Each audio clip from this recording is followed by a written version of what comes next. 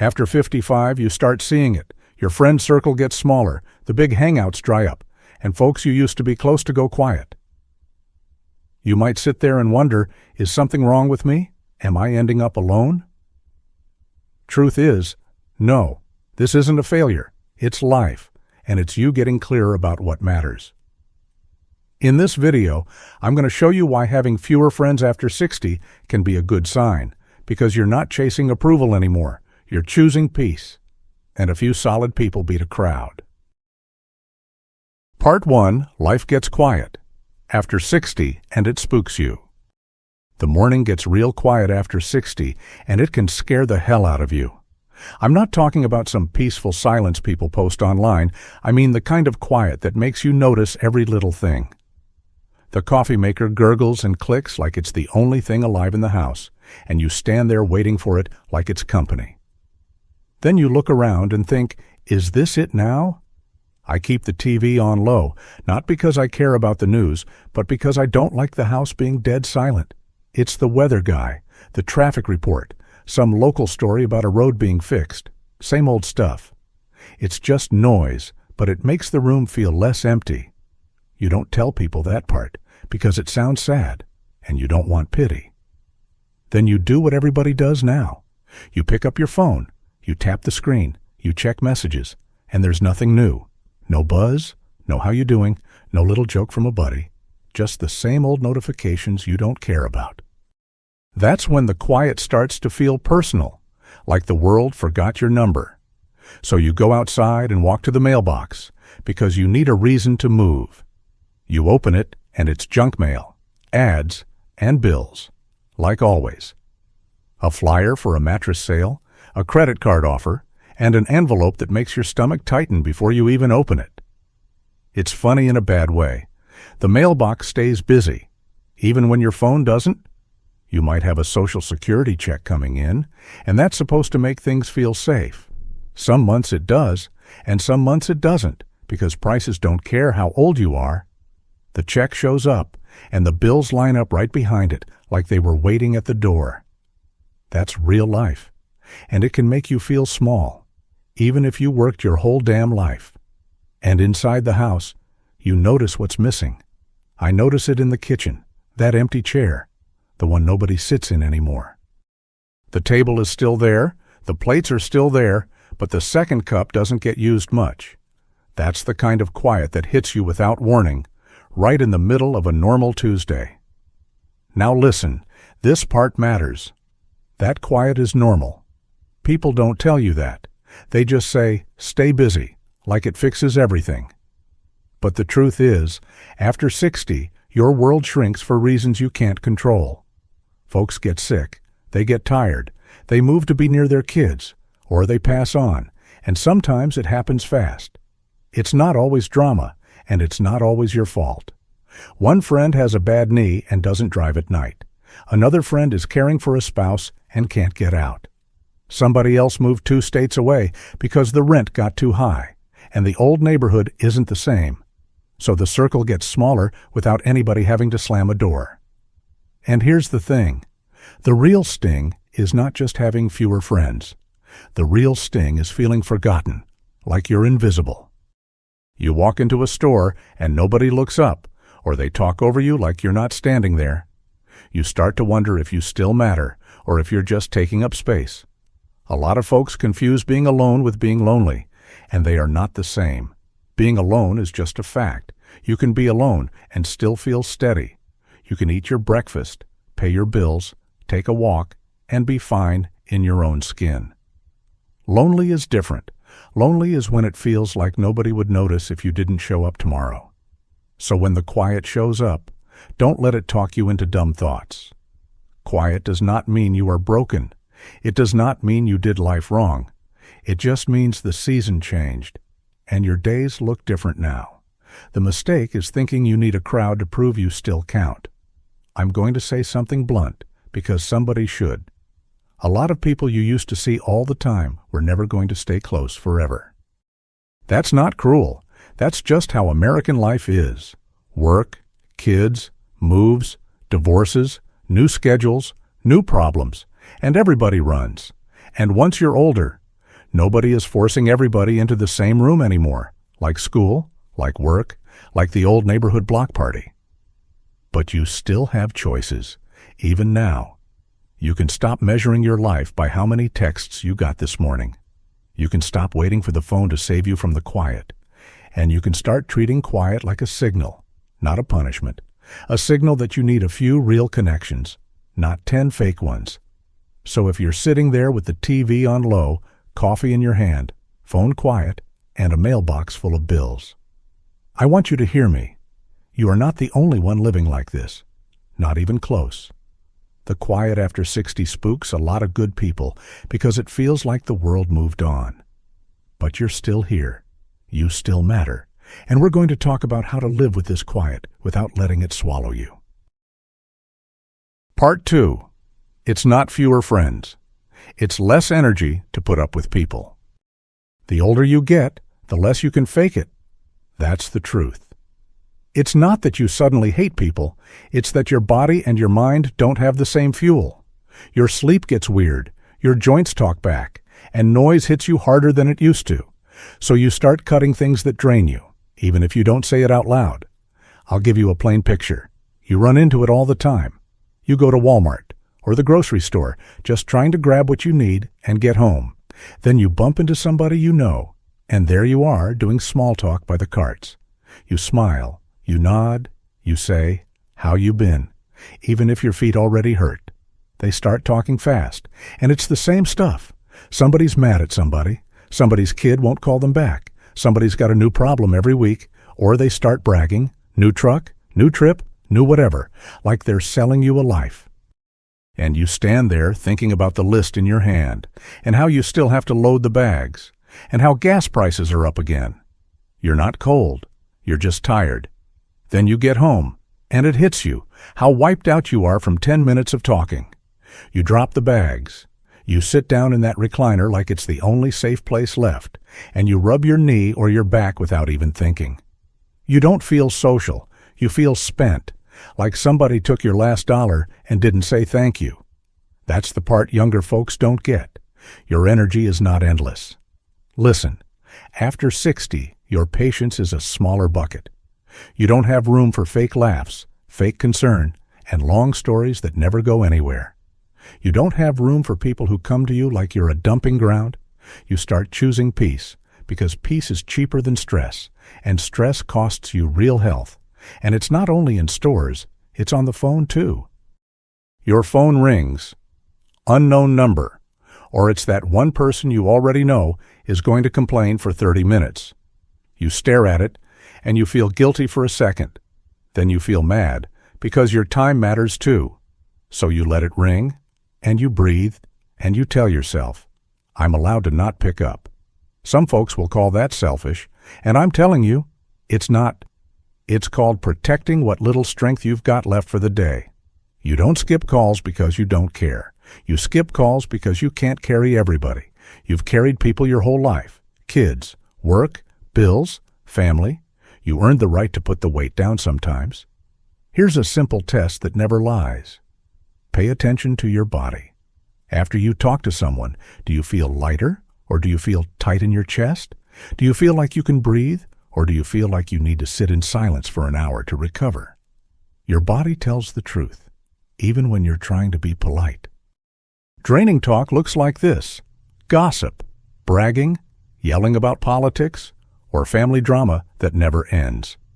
It's the kind of talk where you can't get a word in, and even if you do, they don't hear you. It's the kind of talk that leaves you feeling older than you are, and after 60, you don't bounce back the same way. Good talk is the opposite. It's quiet, it's simple, and it doesn't ask you to perform. It might be coffee at a diner, sitting in a booth, the waitress refills your cup, and nobody is trying to prove anything. Or it's a neighbor who steps over and says, "You doing okay?" then actually listens for 2 minutes. You walk away from that kind of talk feeling steady, not scraped raw. A lot of people get scared when they notice they don't keep up with social life anymore. They think, "I'm losing friends," when the real thing is, "I'm losing my tolerance for nonsense." That's not a failure. That's your mind getting smarter about what's worth it. You don't have to sit through every invite, every call, every long conversation, just to prove you're still friendly. I'm going to say something blunt, because it helps when you finally accept it. You are not the center of anyone's life, and they are not the center of yours. And that's normal. People have their own worries, their own aches, their own bills, their own mess. When you stop expecting everyone to hold you up, you stop getting hurt by normal life. But that doesn't mean you turn into a rock. It just means you pick better. You choose the people who bring calm, and you choose time that doesn't leave you sore and annoyed. You don't need a big circle. You need a small one that doesn't make you regret answering the phone. That's not being mean. That's being grown. So next time you're out at Walmart and you feel that tired feeling creeping up, pay attention. Next time your phone rings and your stomach drops, pay attention.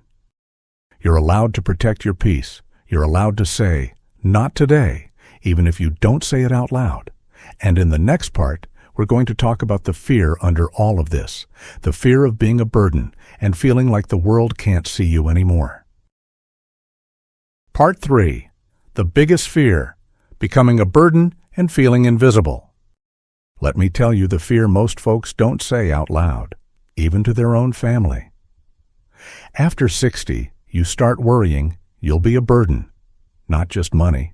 I mean rides, errands, doctor visits, and little chores around the house that used to be easy. You can laugh it off in public, but at night it sits on your chest. You see it clear as day in a doctor's waiting room. You're sitting in a hard chair that was never made for an older back, holding some Medicare paperwork, or that little Medicare card in your wallet. The TV is on a game show. Nobody is really watching, and all you hear is the front desk calling names. You look around, and you see canes, walkers, slow steps, and tired faces. And you think, that's me soon, or that's me now. Then your name gets called, and you stand up a little slower than you want to admit. You try to act normal, but your knee talks back. Your shoulder feels stiff, and you don't like how it feels to be watched. Nobody is judging you, but you still feel it. Getting older does that. It makes you feel on display, even when you're just trying to get checked out. And the whole time, there's that other worry sitting right beside you. You start thinking about the next step. If I can't drive one day, who takes me? And if I fall, who hears it?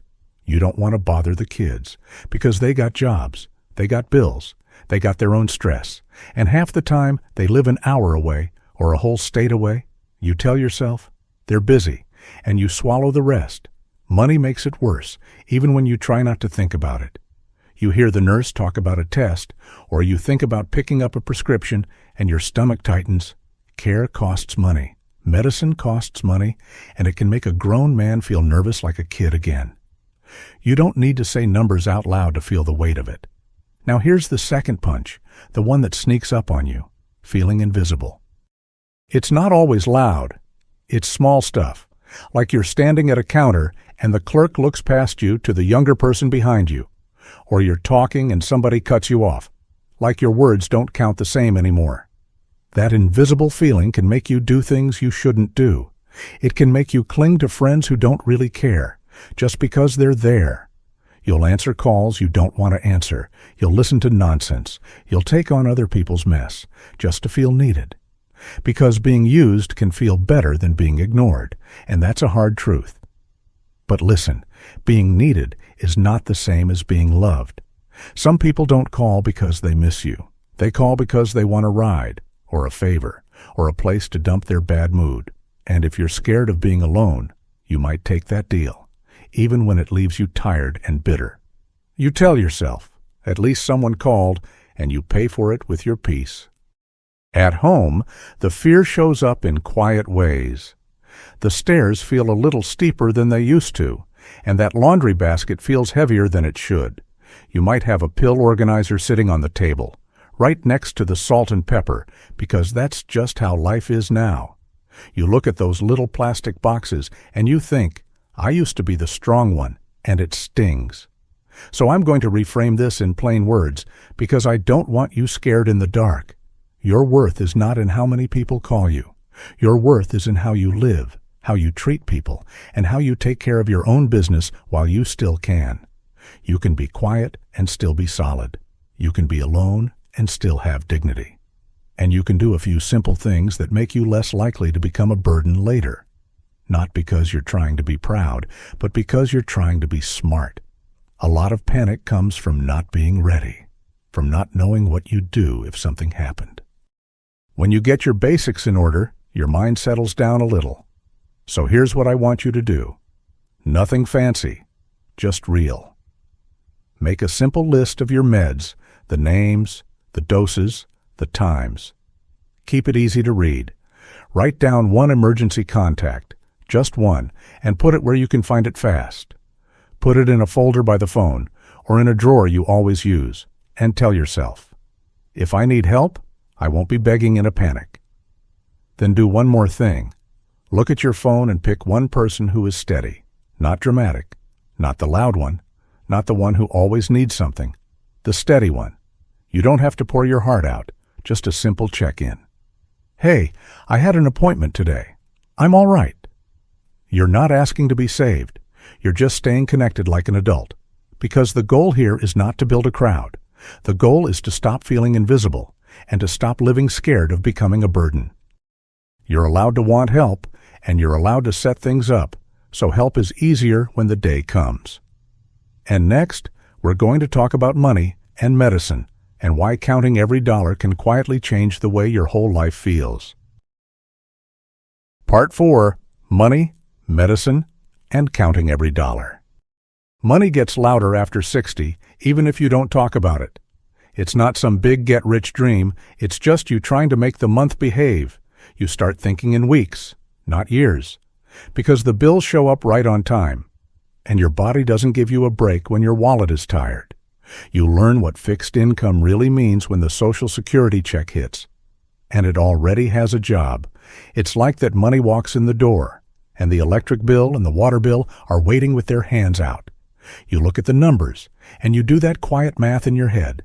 You don't tell anyone, because you don't want to sound like you're begging. Prices keep creeping up. Groceries, gas, all of it. You can feel it in small things. A cart that used to cost one thing now costs another. You stop buying the extras, not because you want to be disciplined, but because you have to. That's not drama. That's just real life. Then there's medicine, and that's the one that can mess up your whole month. You go to CVS or Walgreens, you stand at the pharmacy counter, and you wait while they look you up. The pharmacist tells you the cost, and you feel your stomach drop before you even touch your wallet. So you ask, real simple, is there a cheaper one? Is there a generic? Because pride doesn't pay for pills. They hand you that little bag, and you hold the receipt like it's a bad joke. You look at the total, and you try not to show your face. It's not that you don't want to take care of yourself. It's that the cost makes you nervous. You leave the store thinking, well, there went my cushion for the week. Money stress changes friendships in a quiet way, and nobody likes to admit it. When you're younger, you say yes to things without thinking. Dinner out, a weekend trip, a ball game, whatever. After 60, you hear, let's go do something. And the first thing you think is, how much is that going to cost me?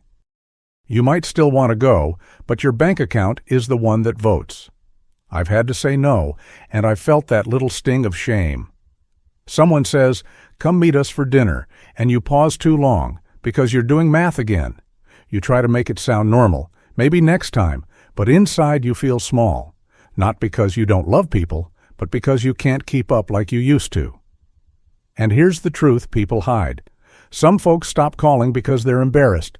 They don't want to say they're broke, or they don't want to say they're counting dollars. They get tired of making excuses, so they just go quiet. Then it looks like they don't care, when really they're just trying to save face. So if someone drifts away, don't always take it like a personal attack. Sometimes it's money, sometimes it's health, sometimes it's plain exhaustion. Life gets expensive, and people get proud. And pride can make a person disappear. Now listen, the goal at this age is not to impress anybody. You're not trying to look cool. You're not trying to prove you're still fun. The goal is to stay steady and safe and keep your stress low enough to sleep at night. That's the kind of rich that matters now. That means you start choosing cheap and real over pricey and fake. You don't need a fancy dinner to feel human. You need a real talk, a simple laugh, a moment where you don't have to perform. You can get that with a cup of coffee and a booth at a diner, or sitting on the porch with someone who doesn't talk your ear off. I like the diner because it's honest. The coffee is simple, the talk is simple, and nobody is trying to sell you a lifestyle. You sit there, you stir your cup, and you can breathe. A good friend will meet you where you are, not where your wallet used to be. Even a walk around the block with a neighbor can do more for you than some big outing. You step outside, you say hello, you keep it short, and you come back feeling a little more alive. That's connection, and it doesn't need a credit card. It just needs you to show up. Back at home, money is sitting right there on the kitchen table. Bills in a stack, maybe a little pile of coupons, and a pill bottle next to the salt and pepper like it belongs there now. That picture is normal for a lot of us, and pretending it isn't doesn't help. What helps is having a simple way to handle it, so it doesn't handle you.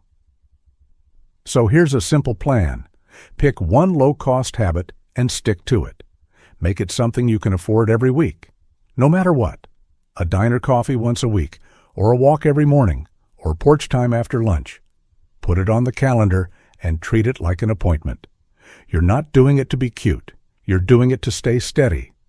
And when invites come in that you can't afford, you don't have to lie. You can keep it simple. I can't swing that right now, but I'd love to see you for coffee, and then offer the cheap and real option. The right people won't shame you. They'll understand. And if someone does shame you, well, that tells you something you needed to know. Money and medicine are heavy. I won't pretend they aren't. But you can still live decent. You can still have connection. And you can still keep your head up. You just stop buying your way into other people's plans, and you start building a life you can actually hold. And in the next part, we're going to talk about the harder truth. Sometimes friends don't just drift away. Sometimes they're gone for good. Part 5. Friends don't just drift away. Some are gone for good. After 60, you learn a hard truth. It's not always that people get busy. Sometimes they're just gone for good. They get sick, they move far away, or they pass on, and the world doesn't stop to explain it to you. You see it at a church service or a funeral home, standing in a line you never wanted to be in. There's a memory board with old photos, a younger face, a big grin, a fishing trip, a wedding, a backyard cookout from 30 years ago. You shake hands after, you say I'm sorry, and you mean it, but it still feels like you're talking through a thick wall. You stand there and you look at those pictures, and you realize time doesn't ask permission. One day you're laughing with a buddy like you've got all the years in the world, and the next day you're staring at his name on a program. That kind of thing doesn't just make you sad, it makes your whole life feel smaller. Then you get in your car and you drive home, quiet as a stone. The radio can be on, but you don't really hear it because your mind is somewhere else. You pull into the driveway and you sit there for a minute before going inside, hands on the wheel, just breathing, because you don't want to walk into that quiet house yet. When you do step inside, the quiet hits different after a service like that. I notice it at the kitchen table, that empty chair, the one that makes the room feel uneven. The house didn't change, but you did, because now you're carrying another name in your head. People think grief is just crying, but a lot of it is simple and dumb and everyday. You reach for your phone like you're going to tell them something. Then you remember you can't. You see something on TV they would have laughed at, and there's nobody on the other end to share it with. It's like your brain keeps knocking on a door that isn't there anymore. And here's another truth. You start seeing the same thing all over your life. Fewer names show up on the Christmas cards, and fewer calls come in around Thanksgiving. It's not always because people don't care, it's because the circle has holes in it now, and those holes don't fill back up easy. You also notice your own age more in moments like this. Reading glasses sit on the counter, right where you left them, because you can't read the small print without them anymore. That small detail shouldn't matter, but it does, because it reminds you you're not young and you're not starting over. You're trying to hold steady. Now listen, it's normal to grieve, and it's normal to miss people. If you loved them, it would be weird if you didn't miss them. The trouble is, grief can turn into a cage if you let it, and you can end up living like you're already gone too. I've seen folks do that. They stop going out, they stop answering, they stop trying, because they don't want to feel that pain again. They tell themselves they're fine, but really, they're just hiding. And hiding feels safe for a while, until it turns into loneliness that eats you from the inside. So I want to say this plain, people drift for many reasons, and it's not always because of you. Sometimes it's health, sometimes it's money, sometimes it's family, sometimes it's a move, and sometimes it's just time. If you blame yourself for every distance, you'll carry guilt you don't deserve. But you still have to face the simple fact: the crowd gets smaller. That does not mean you're doomed. It just means the game changes. You don't need a crowd to make it through this. You need a few people who know you're still here and who will notice if you go quiet. That's the part most people miss. They think the answer is make more friends. At this age, the answer is usually keep a few steady connections alive. Not big talk, not big plans, just a small routine that keeps you from disappearing in silence. So here's what I want you to do. Make it boring. Make it simple. Make it real. Pick one person, just one, and call them every Sunday after lunch. Same day, same time, like you're paying a bill. Keep it short if you want. 5 minutes is enough. Just, hey, I'm checking in. You all right? I'm all right. And if a phone call feels like too much, do the light version, a short text every Friday. Thinking about you. Or, you good. That's it. No long story. No pressure. The point is not to have deep talks every time. The point is that somebody knows you're still breathing, and you know they are too. You might think, well, what if they don't answer? And yeah, that can happen. Then you pick someone else, because this is not about chasing. It's about building a simple safety net. You're not begging anyone to stay. You're just making sure you don't sit in that car after another funeral and realize nobody would notice if you never walked inside. And when you feel that empty chair staring at you, remember this. Missing people means you had something real. You can honor that without letting it kill your days. Keep a few names close, check in like clockwork, and let the rest go without shame. Because at this age, steady beats crowded every time.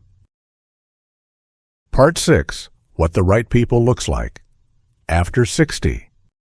When I say the right people, I don't mean some perfect group of friends. I mean the few people you can be around without feeling like you gotta act. After 60, you don't have the energy to dress up your life for anybody. You don't need applause. You need peace. Picture this. You're sitting in a booth at a diner, same place you've been 100 times. The waitress comes by, tops off your coffee, and you don't even have to ask. The person across from you isn't trying to impress you, and you're not trying to impress them. You show up the way you are, and that's enough. That's what right people feels like. Easy. You don't have to explain every little thing. You don't have to sell your story. You don't have to laugh at jokes you don't find funny. The talk is simple. How's your knee? How's your week? You get your meds filled. You watching the game. You leave that booth and you feel lighter, like you can breathe. Now compare that to the wrong kind of people. The ones who make you feel like you're on a stage, like you gotta prove you're still doing great.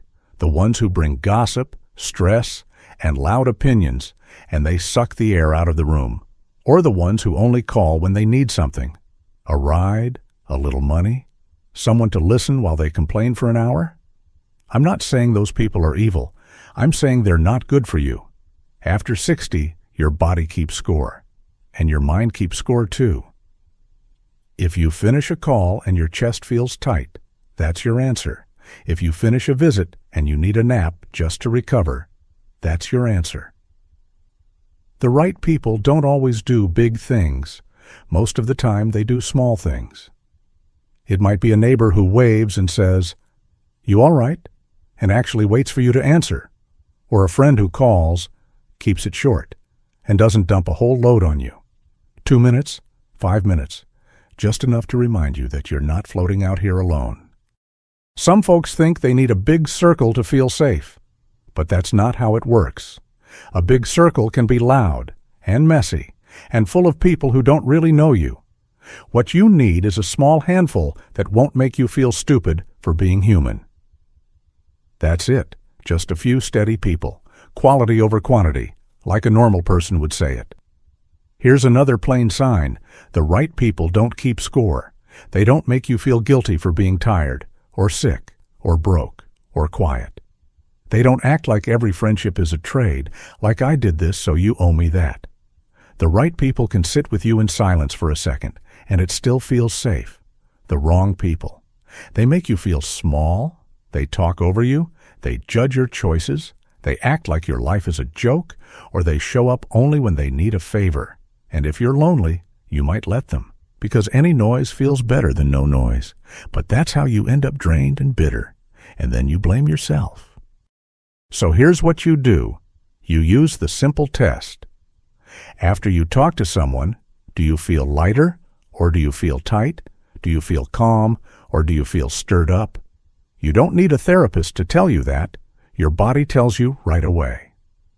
And if you're sitting at home with that worn calendar on the fridge, notes on the kitchen counter, and maybe the landline phone sitting there like it's from another world, you can do a small cleanup, pick up your cell, scroll your contacts, and look at those names you haven't heard from in years.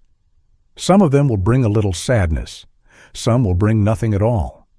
You don't have to be dramatic about it. Just be honest. There are names you keep because you feel guilty, and there are names you keep because you're scared to let go.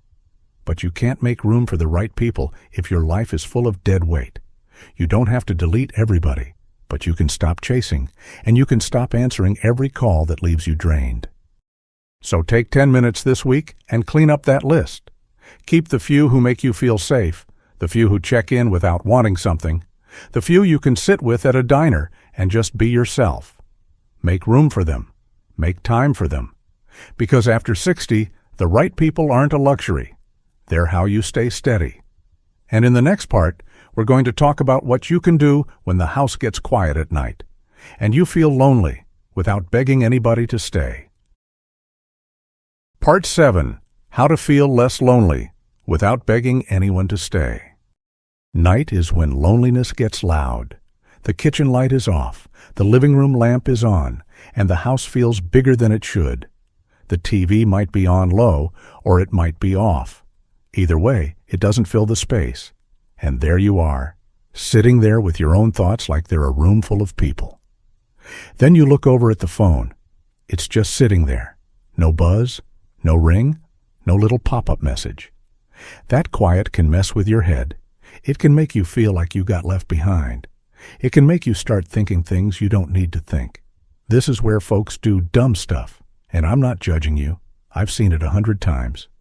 You start scrolling online. You sit there waiting for somebody to like a post or answer a text, like that's going to save your night. Or you feel that urge to call the one person who never calls you back, just to hear a voice. That's not connection. That's desperation. And it always leaves you feeling worse. So listen to me. Don't beg. Don't hand your dignity to someone who won't even pick up for you. If you're staring at the phone and you're about to hit call on that name again, stop, put it down, and take one breath. Say it out loud if you have to. I'm not doing that tonight, because one small stop like that can save you a lot of pain. Now here's the plan, and it's simple on purpose. You build a small daily life that keeps your mind steady, so the night doesn't knock you over. People think routines are for kids or for perfect folks. But at our age, routine is survival. It's what keeps the days from turning into one long, empty stretch. Start with the morning, because the morning sets the tone. Make a simple breakfast. Nothing fancy. Eggs, toast, oatmeal, whatever you can handle. Then do one small thing that gets your body moving. A short walk around the block, or a little yard work, or just taking the trash out and coming back in. Your body needs a signal that the day has begun, or your mind will start chewing on you, and you make the small stuff easy to do. Put your shoes by the door, ready for that walk, so you don't have to argue with yourself. Keep a note by the phone if you need it. Just a reminder. Walk first, or call after lunch. Look at that calendar on the fridge and put one mark on it, so you can see you're still living days, not just passing time. Now here's the second piece. You need real people, not just a screen. You don't have to become a social butterfly. You just need a place where you can show up and be seen. It can be church on Sunday. It can be the library. It can be a community center. Pick what fits your life. The point is, you show up like clockwork, same day, same time, so it turns into a habit, not a big scary decision every week. For example, you go to the library on Tuesday morning, same time, every week. You don't have to talk to 10 people. You just walk in. You nod at the front desk. You sit where you like to sit. After a few weeks, folks start recognizing you, and that matters more than you think. Being known, even a little, is how you fight that invisible feeling. And if you're a church person, make it simple. Sunday after lunch is your check-in time. You go, you shake a few hands, you listen, you leave, and you don't overthink it. You're not going there to fix your whole life. You're going there to keep your connection muscle from dying. It's like keeping a car running. You don't wait until the battery is dead. Now let me give you a few tiny actions you can do right after this video. And they're cheap and they're repeatable. First, do the shoes by the door thing. Tonight, put them there. Ready? Second, pick one place, library Tuesday morning or church Sunday, and write it on the fridge calendar. One line. That's it. Third, send one short message to one steady person. Not the flaky one, not the one who drains you. Just, hey, thinking about you. Hope you're all right. None of this is cute, and none of this is magic. It's just how you build a life that doesn't depend on someone else rescuing you. Because that's the trap, waiting for a call to make you feel okay. You don't need to be chased. You need to stay steady. So when the living room lamp is the only light on, and the phone is quiet, you don't have to panic. You can get up, set your shoes, mark your calendar, and make one small plan for tomorrow. You can handle this, one small step at a time, and you don't have to beg anyone to stay.